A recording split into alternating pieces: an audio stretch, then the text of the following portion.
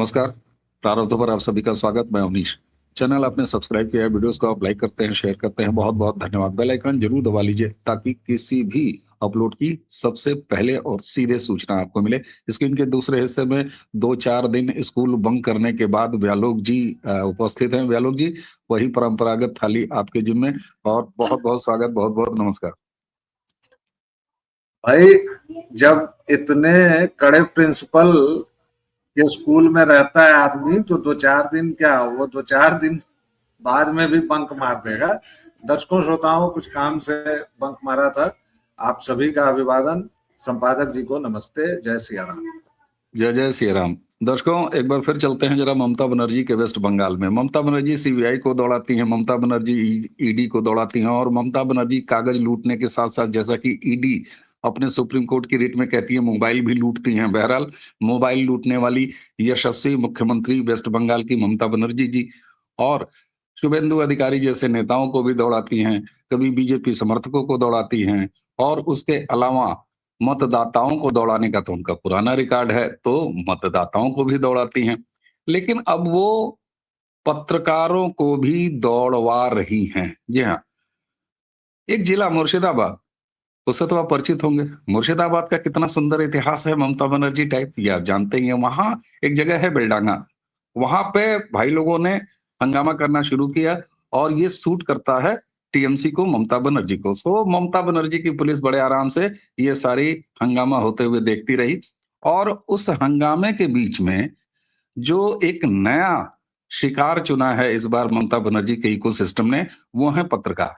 व्यालोक जी, इस घटना का पूरा सजरा क्या है, जरा बताइएगा सर। सर, बेलडांगा से पहले चलिए जरा सिलहट, बांग्लादेश लगा हुआ है। सिलहट में दंगे हुए, फसाद हुए। एक हिंदू टीचर का घर परसों जला दिया गया। उसी से सटा हुआ इलाका है बेलडांगा। वहां लोगों ने हंगामा इस बात से शुरू किया कि बंगालियों को भाजपा शासित राज्यों में मारा जा रहा है, पीटा जा रहा है। क्यों? इसकी वजह क्या बनी? झारखंड में एक बंगाली माइग्रेंट वर्कर, झारखंड बंगाल का आप इतिहास जानते ही हैं दर्शकों, सीमाएं बिल्कुल लगी हुई हैं, और झारखंड तो में झारखंड कब से भाजपा शासित राज्य हो गया? वही, ये जो फसाद हुआ है और जिस पत्रकार की आप फोटो दिखा रहे हैं, आरोप लगाने के लिए और दंगा करने के लिए तर्क और तथ्य की नहीं, बस अफवाहों की जरूरत होती है। तो झारखंड में एक मजदूर की पिटाई की, उसी के साथियों ने, कुछ पैसे वैसे का मामला था या जो भी रहा होगा, उसको इन लोगों ने बंगाली अस्मिता पर हमले से जोड़ा। फिर इन्होंने NH-12 जो उस इलाके से गुजरती है उसको बाधित किया, टायर्स जलाए, रोड जाम कर दिया, ब्लॉक कर दिया, धरना प्रदर्शन पर उतारू हो गए। इतना ही नहीं, उस इलाके से जो रेल गुजर रही थी उस रेल पर भी पत्थर बरसाए गए और भारी बवाल हुआ ये सब। और वहां भारी संख्या में पुलिस बल मौजूद था।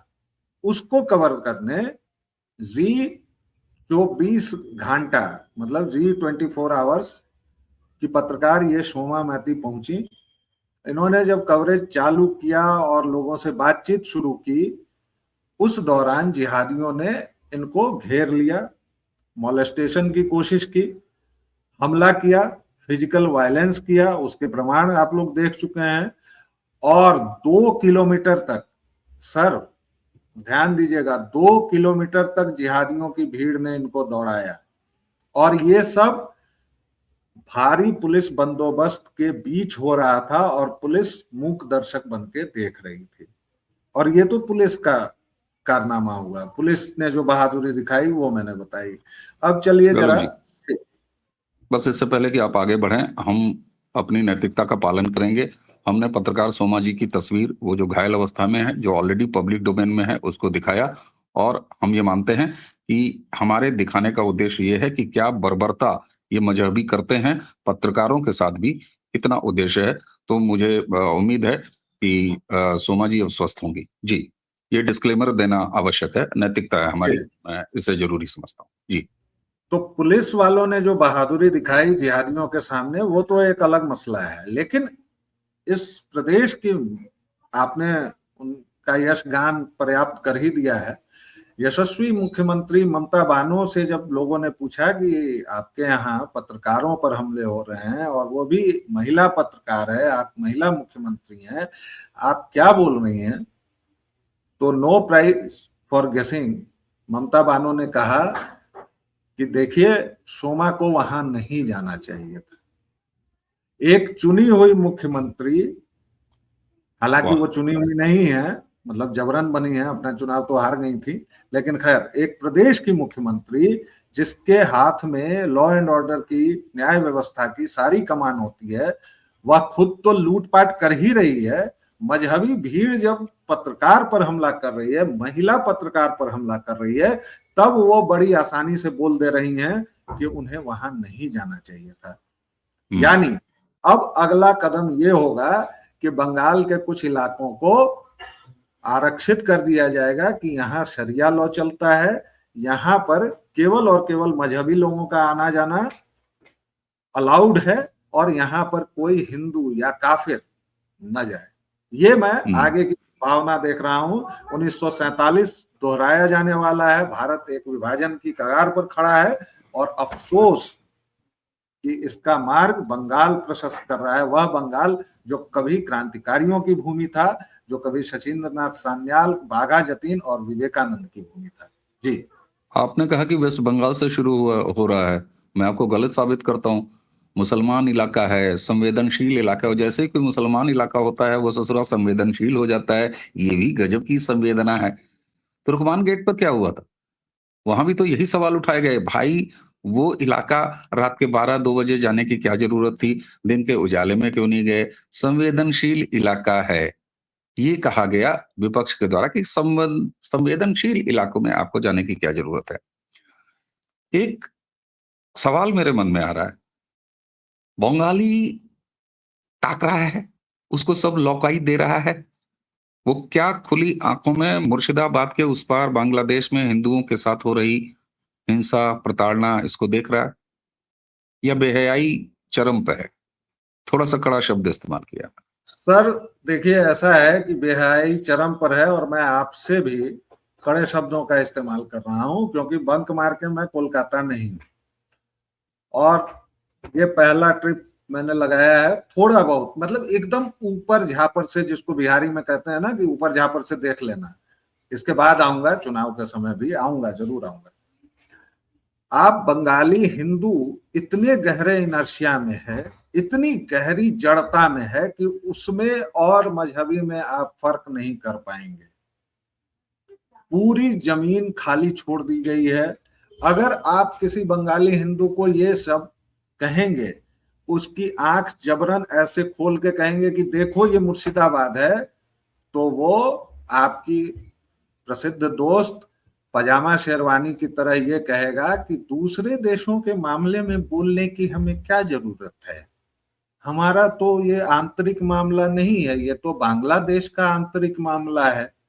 फिलिस्तीन के लिए टनों आंसू बहाने वाले लोगों को ये समझ में नहीं आता है और इसमें बंगाली हिंदू सबसे आगे है। इसलिए आपके शब्द कड़े नहीं हैं, आपने बहुत छोटे शब्दों का इस्तेमाल किया है, बहुत मासूम शब्द का इस्तेमाल किया है।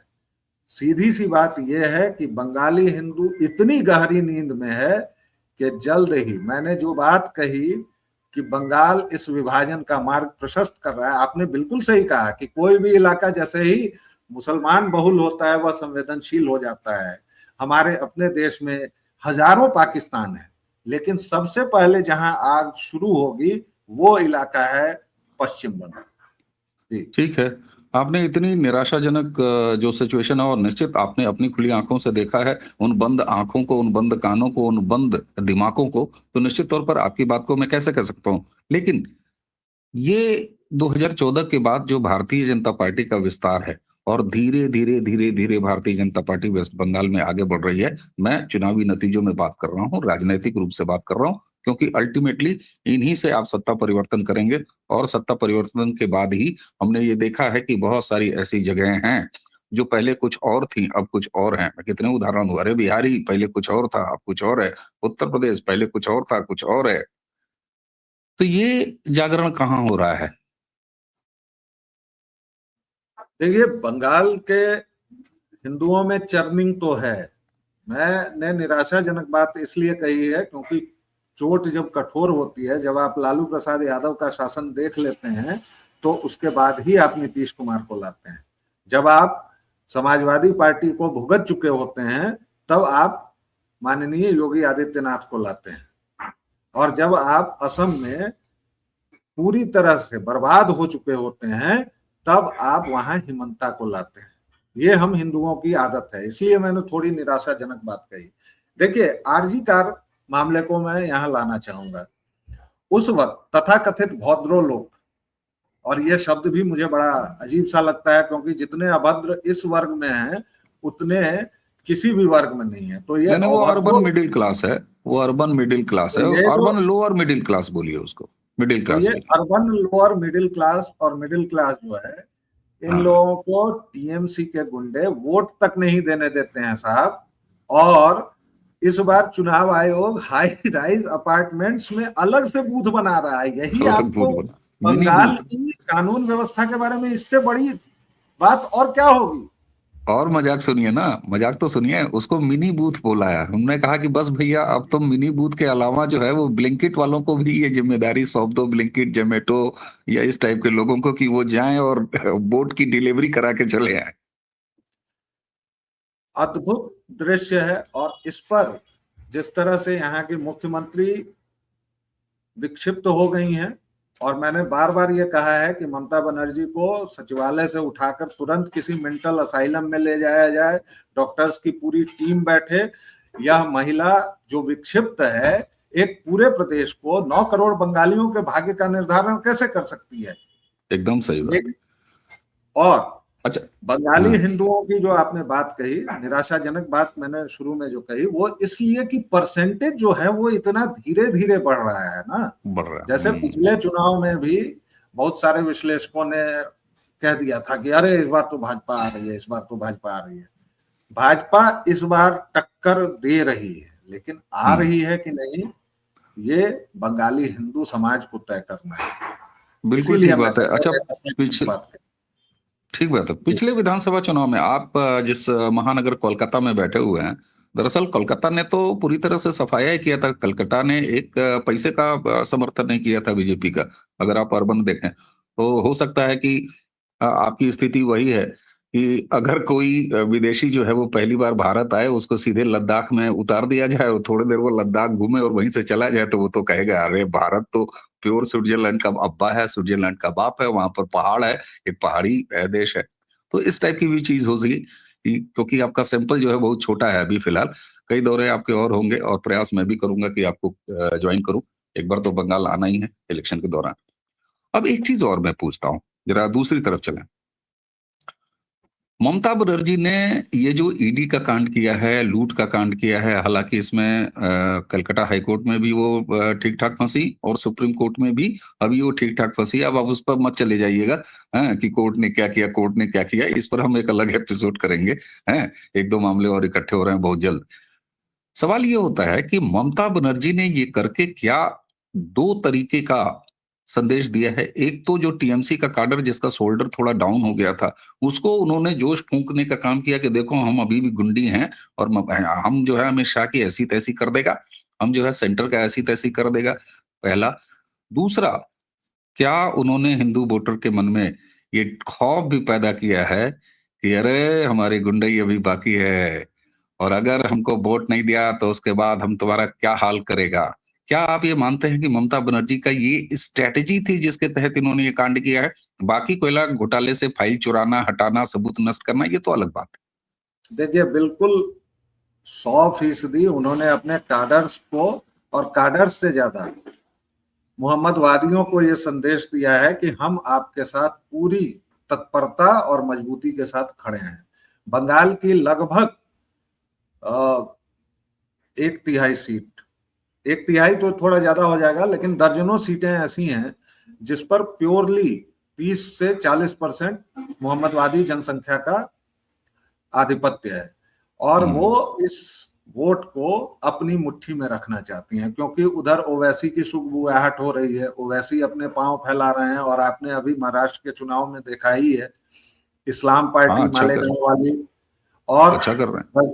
रजाकार ओवैसी ने इतना अच्छा प्रदर्शन किया है, क्योंकि मोहम्मदवादियों का सीधा ये है कि वो हमेशा निगेटिव वोटिंग करते हैं, वो कभी पॉजिटिव वोटिंग नहीं करते हैं। उनके लिए जीवन स्तर या जीवन की बातें कभी कोई मायने नहीं रखती हैं। उनका सीधा मानना है कि हमारे उम्मत के लिए जो काम करेगा, और जब तक हमारा अपना नेता नहीं बन जाता है तब तक तब हम तक उद्धव ठाकरे को भी वोट देंगे। हरेक उस आदमी को वोट देंगे जो भाजपा को हरा सकता है। सही। क्यों? क्योंकि भाजपा सबसे बड़ी दुश्मन पार्टी है। मैं एकदम राजनीतिक बात कर रहा हूं, इसमें कोई फिलॉसफी, कोई दर्शन कुछ नहीं है, एकदम प्योर हाँ। पॉलिटिक्स। अब ममता बनर्जी उस वोट को अपने कब्जे में रखने के लिए वो अभी इससे भी विक्षिप्ततम हरकतें कर सकती हैं। अच्छा। अभी तो उन्होंने लूटपाट किया है, हो सकता है वो किसी दिन किसी दफ्तर में जाके तोड़फोड़ करवा दें। आरजी कार में उनका रूप हम लोग देख चुके हैं, सारी चीजें। और जैसे जैसे हिंदू संगठन, मतलब वीएचपी, आरएसएस, इन सब की मैं बात नहीं कर रहा, हिंदू समाज का जो संगठन है, जो ऑर्गेनाइजेशन है, वो जैसे जैसे बानों के खिलाफ होता जा रहा है, वैसे वैसे उनकी बौखलाहट और घबराहट बढ़ती जा रही है। बढ़ती जा और रही है। तेरे ठीक कदम बात है। बौखलाहट में उठ रहे हैं, घबराहट है, और हिंदू भी जाग रहा है। लेकिन चुनाव तक उसका जागरण कितने परसेंट होता है, चुनाव तक वो कितना बढ़ पाता है, ये सारी बातें सोचने की हैं और देखने की हैं। और बाकी तो जनता जनार्दन है साहब, उसका क्या किया जाए, वो तो कोई भी नतीजा दे उसको स्वीकारना ही होगा। अच्छा, जनता स्त्रीलिंग है और जनता जनार्दन है, वहां पुलिंग आ जाता है, तो अजीब सा बैलेंस है कहावतों में भी हमारे। खैर, एक चीज और भी है, 350 करोड़ रुपया वो देकर और खरीदने की कोशिश कर रही हैं ममता बनर्जी सिलीगुड़ी में महाकाल का मंदिर बनवा के, हिंदू सेंटिमेंट को खरीदने का प्रयास। इससे पहले उन्होंने एक और प्रयास किया था जिसमें वो माँ का आंगन, दुर्गा आंगन बनवा रही थी। तो ऐसे कई प्रयास हैं। ये बताता तो है कि टीएमसी का ये जो हिंदू वोट ये बैंक है उसमें भी उनको दरकने का खतरा अब महसूस हो रहा है, और मुसलमानों में भी बंटवारा हो रहा है, क्योंकि इस बार बड़ा साफ साफ, पहली बार ये साफ साफ दिखाई दे रहा है कि त्रिकोणीय चुनाव, क्योंकि बिसात वेस्ट बंगाल में सज रही है। एक तरफ लेफ्ट कांग्रेस, ओवैसी और हुमायूं कबीर, इनका पूल है, दूसरी तरफ टीएमसी अकेले है, और इधर भाजपा है। तो अब देखना है कि वो so called urban lower middle class क्या करता है, जिसको उन्होंने भौद्रो लोग बोलते हैं। हाँ, उंगली दिखाइए, मुक्का दिखाइए। सर, मैं उंगली नहीं दिखाने से नहीं, ही रुक जाऊंगा। उंगली मुक्का नहीं है। दरअसल आपने जो बात कही उस पर मुझे बड़ा बोलने का मन हो रहा है। हिंदू कुछ भी हो जाए, लेकिन हिंदू गधा नहीं होता है, हिंदू जाहिल नहीं है, क्योंकि उसकी कोई दिखता आसमानी नहीं है। किताब नहीं है, क्योंकि उसकी कोई आसमानी किताब नहीं है।